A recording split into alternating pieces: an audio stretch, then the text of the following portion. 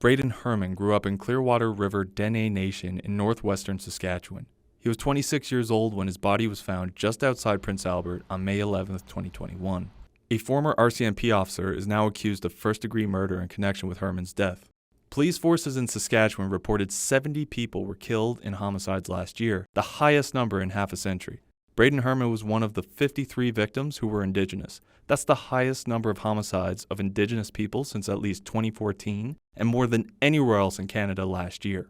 This Métis lawyer, who lectures about criminal law, says she's not surprised by the numbers. I don't think that based on the treatment of Indigenous people over hundreds of years, that we should be surprised that this is happening. I think that this is a consequence of mistreatment. Experts say the disproportionate number is tied to colonialism and poverty. Past inquiries and commissions have made the same link. Census data shows that Indigenous people in Saskatchewan, particularly those living on reserve, made significantly less income on average than non-Indigenous people in 2021. The numbers also show a greater proportion of Indigenous people lived in overcrowded homes and housing in need of repairs. A lot of the crime and the violence, it derives out of impoverished communities. You know, poverty creates a lot of social despair, and where there is poverty, there is crime.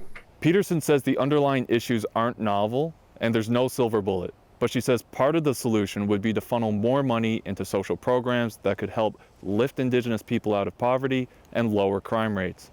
Hansen says that Indigenous peoples and their respective communities should also have greater autonomy over justice. Nicholas Frew, CBC News, Regina.